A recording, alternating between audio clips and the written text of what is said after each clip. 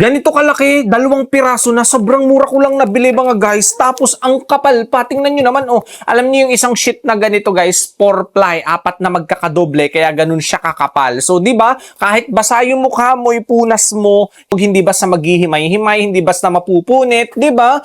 Kaya mas maganda yung mga ganitong klase ng tissue mga guys, makakatipid ka, hindi kailangan bunot ng bunot, di ba? Ito, yung isang ganito kalaki, 1,200 sheets, ganun kadami. So pagkapunas mo, basahin mukha mo, basahin braso mo, pwede mo pang ipunas sa table mo, sa mga lababo ninyo, sa mga gamit appliances, mas makakatipid. Nakakatuwa yung tissue na to mga guys, sobrang mura. Kaya kung tissue lang din yung ginagamit nyo, wag nyo nang palampasin to. Dito kayo mas makakatipid, mas makakamura kasi ang kapal, sobrang lambot, sobrang soft talaga. Kaya ang gandang pampunas sa mga mukha natin o na-absorb niya talaga yung mga pawis natin, yung oily na mukha natin, basang kamay, basang mukha pag naghilamos ka. Di ba sobrang ganda na ito mga guys. Kaya kung tissue yung ginagamit mo, nako, ito na yung check out nyo, mas makakamura kayo dito.